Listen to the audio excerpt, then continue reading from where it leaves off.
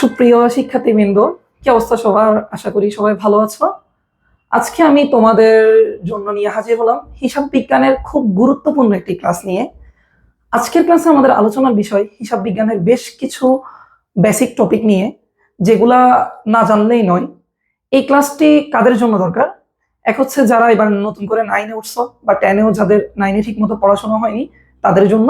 এখানে আমি ফুল বেসিক আলোচনা করব জাবেদার জন্য আমাদের যা যা প্রয়োজন। তারপর যারা গ্রুপ চেঞ্জ করে এসেছো, ইন্টারে যারা গ্রুপ চেঞ্জ করে সায়েন্স ব্যাকগ্রাউন্ড থেকে কমার্সে এসেছো, তাদের জন্য আমাদের এই ক্লাসটি খুব গুরুত্বপূর্ণ।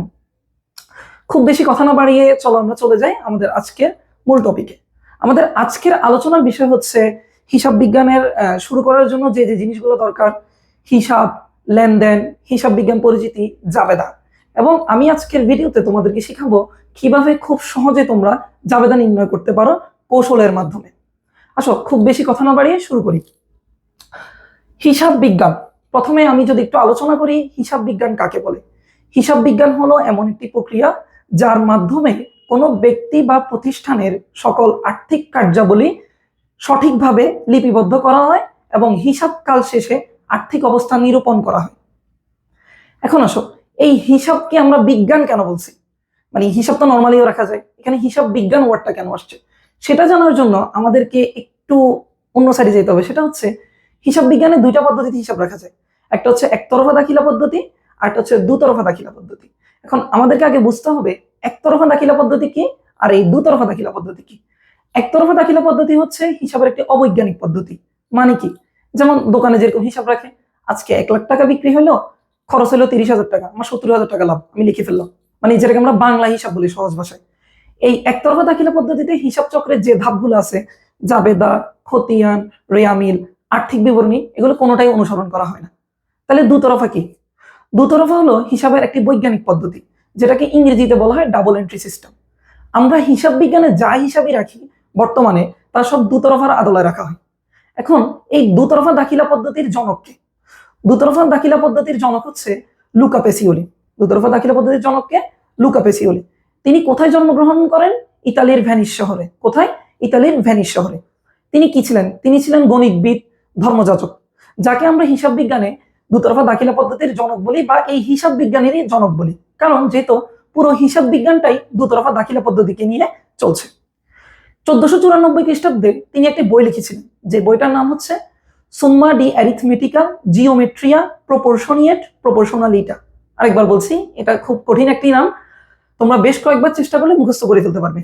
সুম্মা ডি অ্যারিথমেটিকা জিওমেট্রিয়া প্রপোর্শনিয়েট প্রপোর্শনালিটা। এই বইটাতে তিনি এই দুতরফা দাখিলা পদ্ধতির যে নিয়মগুলো আমরা এখন ফলো করি, জাবেদা বলো, খতিয়ান বলো, এগুলোর একটা ধারণা দেন। এখানে আমি আমার এই পিডিএফটাতে তোমাদেরকে দিয়ে দিয়েছি, লিখলাম এখানে প্রথমে সংজ্ঞা দিলাম, তারপর হিসাব বিজ্ঞানের জনক কে ছিলেন? Luka Pacioli. তারপর একতরফা এবং দুতরফার মধ্যে পার্থক্য কি আছে তাও দিয়ে দিয়েছে। তোমরা যারা ক্লাস পাওনি সবাই এটা নোট করে ফেলতে পারো। এবার আসো, আমাদেরকে জাবেদায়, যেটাকে আমরা জাবেদা, জাবেদা মানে তো বুঝি, জাবেদা হচ্ছে হিসাবের প্রাথমিক বই। একটা জিনিস প্রথমে ঘটনা থাকে, ঘটনা থেকে তারপর এটা লেনদেনে যায়, লেনদেন থেকে তারপর হিসাবের প্রথম বই যেটা জাবেদায় যায়। এখন আমি যদি হুট করেই তোমারে জাবেদা করতে বলি, তুমি পারবা না। তোমাকে আগে বেশ কিছু স্টেপ অনুসরণ করে আসতে হবে। সেটা কি আমি একটু দেখাই তোমাদেরকে। প্রথমে আমাদেরকে লেনদেন বুঝতে হবে, তারপর আমাদেরকে হিসাব বুঝতে হবে, তারপর আমাদেরকে জাবেদা বুঝতে হবে। সেটা কেন? আচ্ছা, আমি যদি তোমাকে এখন একটা লেনদেন বলি, সেটা হচ্ছে নগদে পণ্য বিক্রয়, তুমি এটার জাবেদা আমারে কি বলবা? নগদান হিসাব ডেবিট, বিক্রয় হিসাব ক্রেডিট। বা আমি যদি বলি তোমাকে জাবেদা কি বলবো? নগদান হিসাব ডেবিট, বিক্রয় হিসাব ক্রেডিট। আচ্ছা, তারপরে যদি আমি তোমাকে আরেকটা লেনদেন দিই, নগদে পণ্য ক্রয়, তুমি এটার জাবেদা আমারে কি বলবা? ক্রয় হিসাব ডেবিট, নগদান হিসাব ক্রেডিট। এখন দেখো ভাইয়া, একটু আগে আপনি বলছেন নগদান ডেবিট, এখন আবার নগদ কেন ক্রেডিট হয়ে গেল? তুমি তো কিছুই বুঝতেছো না। কারণ তোমাকে এটার জন্য, ডেবিট ক্রেডিট বোঝার জন্য প্রথমে বুঝতে হবে লেনদেন কি, তারপর তোমাকে বুঝতে হবে হিসাব কি। এই হিসাবের টপিকটা যদি আমরা বুঝি, আমরা জাবেদা খুব সহজেই বুঝে ফেলতে পারবো এবং নিজেরা সেই জাবেদাটা কমপ্লিট করতে পারবো। আশা করি সবাই বুঝতে পারছো। এখন আসো, প্রথমে আমি যেটা তোমাদেরকে পড়াবো সেটা হচ্ছে লেনদেন। লেনদেন কি? লেনদেন কাকে বলে সেটা আমরা পড়বো। অর্থের অঙ্কে পরিমাপযোগ্য প্রতিটি ঘটনাকে আমরা লেনদেন বলতে পারি। প্রতিষ্ঠানের অর্থের অঙ্ক বা আর্থিক অবস্থার যখন পরিবর্তন হবে সেই ঘটনাটাকে আমরা লেনদেন বলতে পারি। আমাদেরকে মাথায় রাখতে হবে প্রতিটি ঘটনা লেনদেন নয়, কিন্তু প্রতিটি লেনদেন একটি ঘটনা। আরেকবার বলতেছি, প্রতিটি ঘটনা লেনদেন নয়, কিন্তু প্রতিটি লেনদেন একটি ঘটনা। জিনিসটাকে একটু যদি আমি ভেঙে বলি, ধরো একটি প্রতিষ্ঠানে 10,000 টাকা বেতনে একজন কর্মচারী নিয়োগ করা হলো। কি করা হলো? একজন কর্মচারী নিয়োগ করা হলো। এখন এই যে কর্মচারী নিয়োগ করছে, এখানে কি তার আর্থিক অবস্থার কোনো পরিবর্তন হয়েছে? না, কিন্তু এটা একটা ঘটনা, এটাকে আমরা লেনদেন বলতে পারবো না। তার বিপরীতে যদি আমি তোমাদেরকে আরেকটা কথা বলি, সেটা হচ্ছে প্রতিষ্ঠানের কর্মচারীকে 10,000 টাকা বেতন প্রদান। হ্যাঁ, এখানে বেতন প্রদান করছি, তার মানে আমার আর্থিক অবস্থার কি হয়েছে? পরিবর্তন হয়েছে। তাহলে ওই যে প্রথমে আমি একটি বলছিলাম কর্মচারী নিয়োগ, এটা লেনদেন নয়, কিন্তু এই যে বেতন প্রদান করছি এটা কি? লেনদেন। এখন দেখো এখানে আমি বলছি যে অর্থের অঙ্কে পরিমাপযোগ্য প্রতিটি ঘটনাকে লেনদেন বলে। পরীক্ষাতে আমাদের ক নাম্বার একটি প্রশ্ন আসে, উপযুক্ত লেনদেন উপযুক্ত ঘটনাগুলো থেকে কোনটি লেনদেন নয় নির্ণয় করো। তো আমি বেশ কিছু কিওয়ার্ড দিয়ে দিছি তোমাদেরকে, সেটা হচ্ছে দেখো লেনদেন নয়, 10,000 টাকা বেতনে কর্মচারী নিয়োগ করছে, এটা কি লেনদেন? এখানে কি আর্থিক অবস্থার পরিবর্তন হয়েছে? যদি বলতো বেতন প্রদান, তাহলে এটাকে আমরা লেনদেন বলতে পারতাম। তারপর হচ্ছে 10,000 টাকার পণ্য ক্রয়ের ফরমাইশ প্রদান। যদি বলতো 10,000 টাকার পণ্য ক্রয়, তার মানে আমার আর্থিক অবস্থার পরিবর্তন হয়েছে। কিন্তু ফরমাইশ প্রদান বলছে, কি বলছে? ফরমাইশ। ফরমাইশ মানে আদেশ দিছে, এটা লেনদেন নয়, কারণ আমার আর্থিক অবস্থা কি হয়নি? পরিবর্তন হয়নি। তারপর 10,000 টাকার পণ্য ক্রয়ের চুক্তি। চুক্তি করছি, আমি কি টাকা দিছি? না, তাহলে চুক্তি থাকলেও কি হবে না? লেনদেন হবে না। এখন আমাদের পরীক্ষায় বোর্ড কোশ্চেন অ্যানালাইসিস করে যা দেখলাম, বেশিরভাগ যে কিওয়ার্ড গুলো থাকে সেগুলো এখানে আমি লিখে দেওয়ার চেষ্টা করছি। সেটা হচ্ছে দেখো, চুক্তি, নিয়োগ, ফরমাইশ ইত্যাদি শব্দ থাকলে তার লেনদেন নয় বলে গণ্য হবে। চুক্তি, নিয়োগ, ফরমাইশ ইত্যাদি শব্দ বললে তা কি? লেনদেন নয় বলে গণ্য হবে। তোমরা এই ওয়ার্ড গুলো দেখলে বেশিরভাগ ক্ষেত্রে সেটাকে কি বলবা? লেনদেন নয়। তোমরা, আমি আশা করি তোমরা লেনদেন কি সেই বিষয়টা বুঝতে পারছো। এবার আসো, আমি কি বলছিলাম যে ধরো তোমাকে আমি যখন লেনদেন দিব, তুমি এখন জামাতা করতে পারবা না, কারণ তুমি তো ডেবিট ক্রেডিটই ছিল না ভাই। তো সেটার জন্য আমাদেরকে যেটা আলোচনা করতে হবে সেটা হচ্ছে হিসাব নিয়ে আমি একটু আলোচনা করব। হিসাব,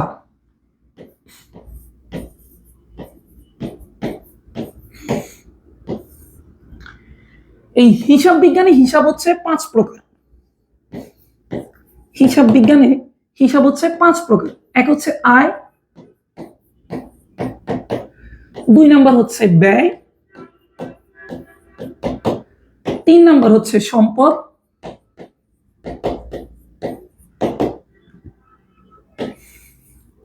4 নাম্বার হচ্ছে দায়,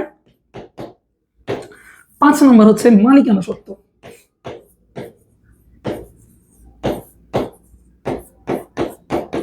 সত্য, বা যেটাকে আমরা মূলধন নামে চিনব। কি নামে চিনব? মূলধন নামে।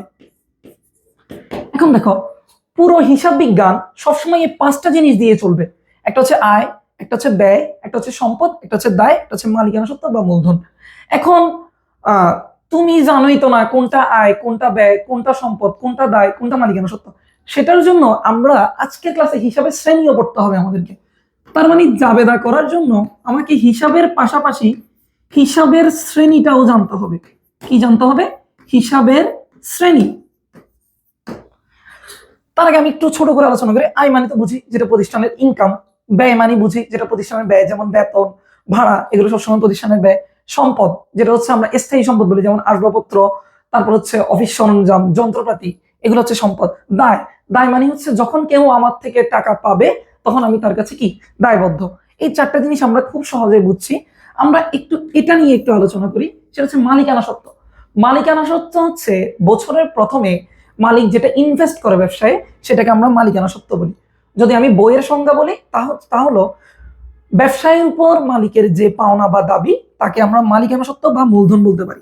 আরেকবার বলছি, ব্যবসায়ের উপর মালিকের যে পাওনা বা দাবি, তাকে আমরা কি বলি? মালিকানা সত্ত্ব বা মূলধন বলি। ব্যাপারটা কিরকম? ধরো আমি 1 লাখ টাকা নিয়ে ব্যবসা শুরু করলাম, এটা হচ্ছে ব্যবসায়ের উপর আমার পাওনা বা দাবি, তাই এটা আমার মূলধন। তাহলে আশা করি আমরা এই 5টা জিনিস বুঝছি। এখন তারপর আমাদেরকে যেটা বুঝতে হবে সেটা হচ্ছে ডেবিট বা ক্রেডিট কি।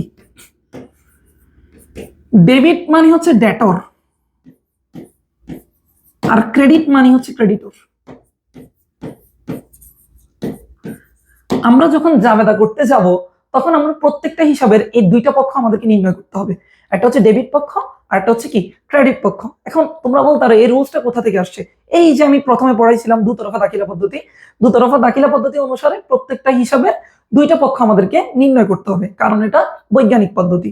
এখন দেখো ডেটর বা বাংলায় আমরা বলতে পারি হিসাবের বাম পাশ, হিসাবের বাম পাশ। তারপর আমরা বলবো এটা ক্রেডিটর বা হিসাবের ডান পাশ, হিসাবের ডান পাশ। তাহলে আমরা পড়লাম হিসাব 5 প্রকার, তারপর ডেবিট কি সেটাও জানলাম, ক্রেডিট কি জানলাম, কিন্তু আমরা কি জানি এই পাঁচটার মধ্যে কোনটা ডেবিট কোনটা ক্রেডিট? সেটা তো আমরা জানি না, তাই না? এখন আমাদের কিন্তু জানতে হবে। জানার জন্য আমি খুব সুন্দর একটা টেকনিক দিচ্ছি তোমাদেরকে, একটু খেয়াল করো। তোমরা এই ইনফোগুলো একটু লিখে নিও, যারা ক্লাসটা করতেছো করবা তারা হচ্ছে এই ইনফোগুলো একটু লিখে নিও।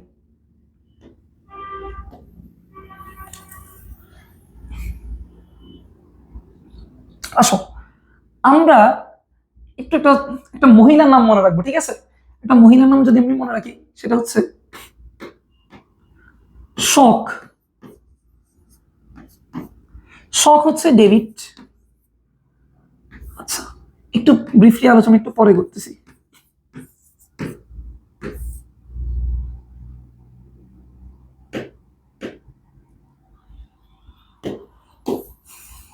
আচ্ছা, এই যে 5টা হিসাব আছে, আরেকটা হিসাব আছে যেটা হচ্ছে উত্তোলন। এটা আসলে মালিকানা সত্ত্বের মধ্যে পরে দেখি, আমি আসলে এটা আলাদা করে লিখলাম না। তাহলে মোট 6টা জিনিসকে আমরা এখানে, সরি মোট 5টা জিনিসকে আমরা এখানে আনছি। কেমনে দেখো, শখ, শখ মানে সম্পদ, খ মানে খরচ, আদম, আ মানে আয়, দ মানে দায়, ম মানে মালিকানা সত্ত্ব। এখন লেখার সময় আমি আগে কাকে লিখছি? শখকে লিখছি। আগে কাকে লিখছি? শখ। তাই আমরা বলার সময় আগে কি বলি? ডেবিট। তাই শখ হবে ডেবিট। পরে কি বলি? আদম। তাহলে পরে আমরা কি বলি? ক্রেডিট। তাই আদম যেহেতু পরে লিখছি, আদম হবে ক্রেডিট। তাহলে ভাইয়া এবার আমি একটু দেখাই, এই যে 5টা হিসাব, 5টা হিসাবের মধ্যে এই দুইটাকে আমি একটা ছন্দে আনছি, এই 3টাকে আমি একটা ছন্দে আনছি। তাহলে এখন আমি খুব সহজে মনে রাখতে পারবো, পৃথিবীতে যত সম্পদ আছে সব ডেবিট, পৃথিবীতে যত খরচ আছে সবই ডেবিট। তারপর আদম, আদম মানে ক্রেডিট, আ মানে আয়, দা মানে দায়, ম মানে মালিকানা সত্ত্ব। পৃথিবীতে যত আয় আছে তা ক্রেডিট, পৃথিবীতে যত দায় আছে তা ক্রেডিট, পৃথিবীতে যত মালিকানা সত্ত্ব আছে এই সবগুলোই ক্রেডিট। এখন আমাদেরকে জানতে হবে আসলে এই সম্পদ কোনগুলা, খরচ কোনগুলা, আয় কোনগুলা, দায় কোনগুলা, মালিকানা সত্ত্ব কোনগুলা। এগুলা ও আমরা একটু পর পড়বো, যেটাকে আমি বলছিলাম তোমাদেরকে একটু আগে, আমাদেরকে হিসাবের শ্রেণীও জানতে হবে। তার আগে তোমরা এই জিনিসটা বুঝছো নাকি একটু দেখো।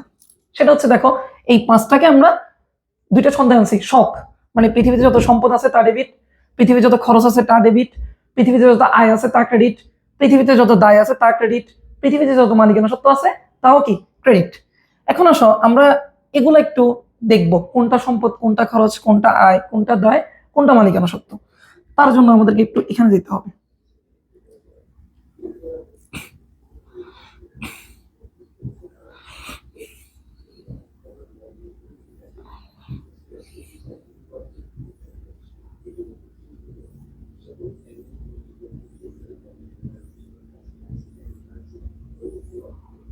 এই তো এটা হিসাবের শ্রেণী। হিসাবের শ্রেণী নির্ণয় করলে তুমি খুব ইজিলি ডেবিট ক্রেডিট নির্ণয় করতে পারবা। সেটা কেমনে আমি একটু তোমাদেরকে দেখাই। দেখো এখানে প্রথমে কি আছে? 1 নম্বরে মূলধন, মূলধন হিসাব। আচ্ছা, আমরা বলছিলাম হিসাব 5 প্রকার। কি বলছিলাম? হিসাব 5 প্রকার, আয়, ব্যয়, সম্পদ, দায়, মালিকানা সত্ত্ব, এই 5 প্রকার। এখানে যতগুলো হিসাব আছে এই সবগুলো এই 5 প্রকারের মধ্যে পড়বে, তার বাইরে যাবে না। দেখো আমি দেখাই তোমাকে। যেমন দেখো মূলধন, মূলধনের হিসাবের শ্রেণী কি? মালিকানা সত্ত্ব। এবার তুমি বলো এটা কি ডেবিট নাকি ক্রেডিট? তুমি কেমনে নির্ণয় করবা? তোমাকে মুখস্থ করতে হবে না। আমি যদি এখানে যাই,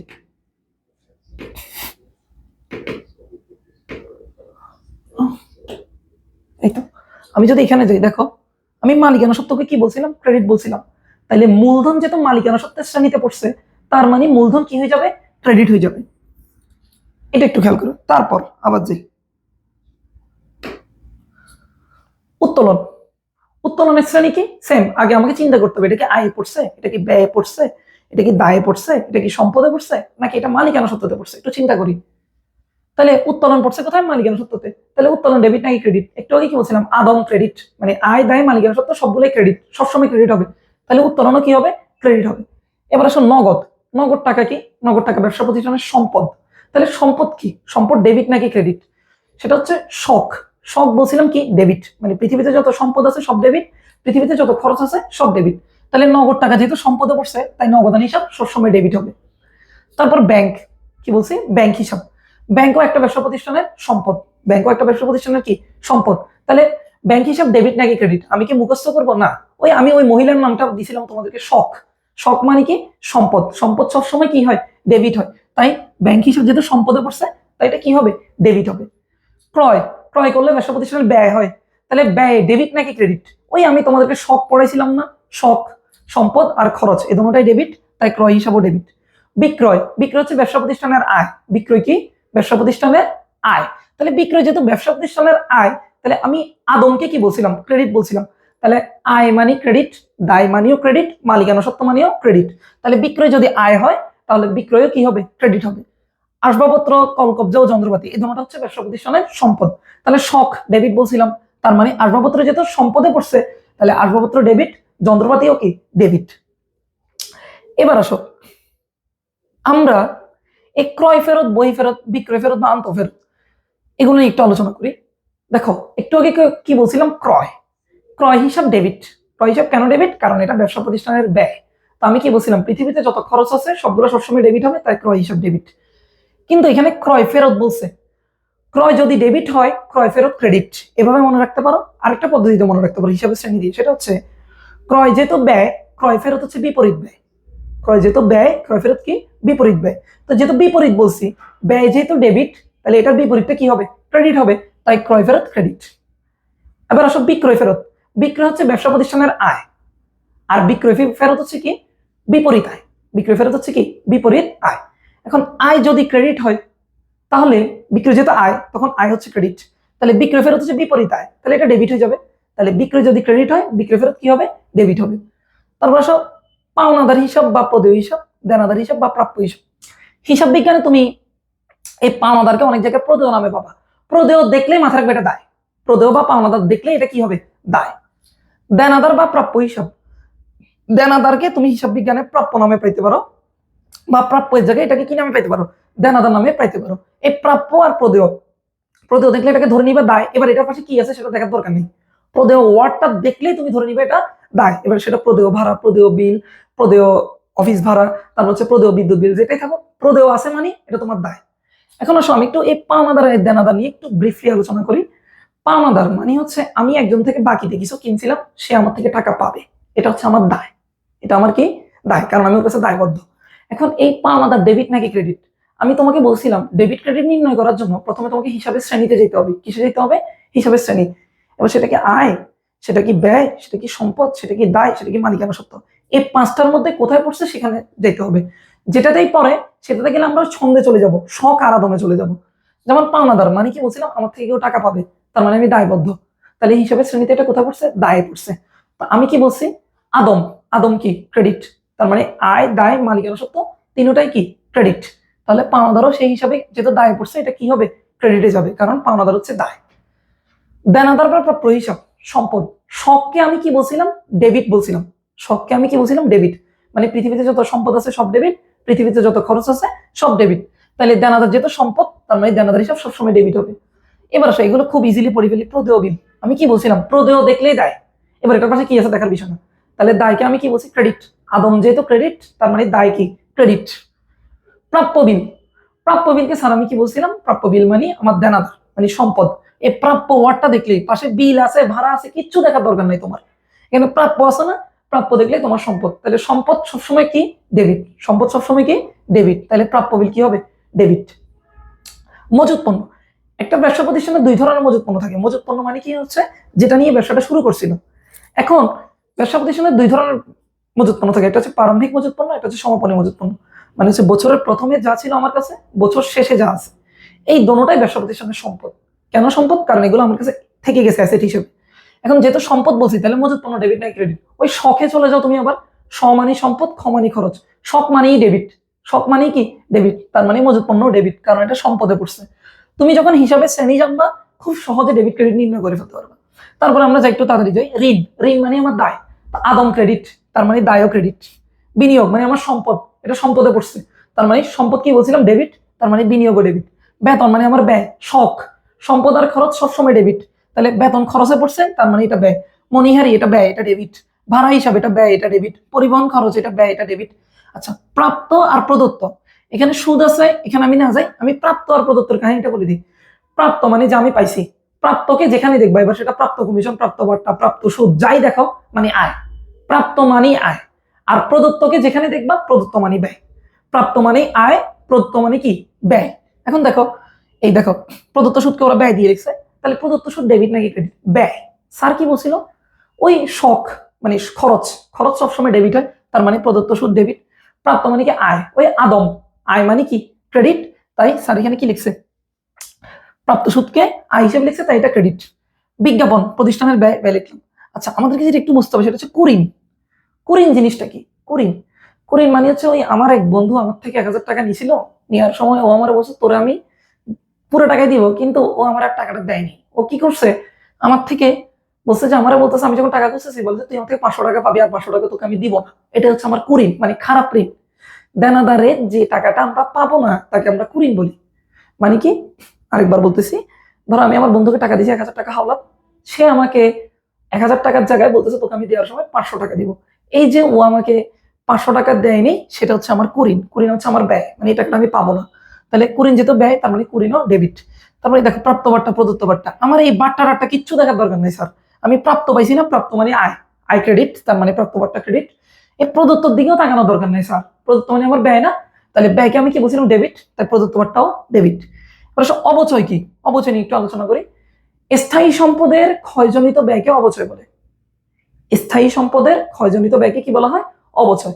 ধরো আমার এই ঘড়িটা আমি 2000 টাকা দিয়ে কিনছি। কত দিয়ে কিনছি? আচ্ছা ঘড়ি ইয়ে বাদ দিই, ধরো আমাদের এই কোচিং এর স্মার্টবোর্ডটা 3 লাখ টাকা দিয়ে কিনছে স্যার। কয় লাখ টাকা দিয়ে? 3 লাখ টাকা দিয়ে। এখন স্যার চিন্তা করলো, অনুমান করলো যে এটা 5 বছর টিকবে। কয় বছর টিকবে? 5 বছর। তাহলে 3 লাখকে যদি আমি 5 দিয়ে ভাগ করি, প্রতি বছর আমি এইটার কত টাকা করে খরচ করতেছি? 60,000 টাকা করে। তাহলে এই সম্পদের আমার কত টাকা করে চলে যাচ্ছে প্রতি বছর? 60,000 টাকা করে চলে যাচ্ছে। এই যে আমার সম্পদটা ক্ষয় হচ্ছে, এটাই হচ্ছে অবচয়। স্থায়ী সম্পদের ক্ষয়জনিত ব্যয়কে আমরা কি বলে? অবচয় বলি।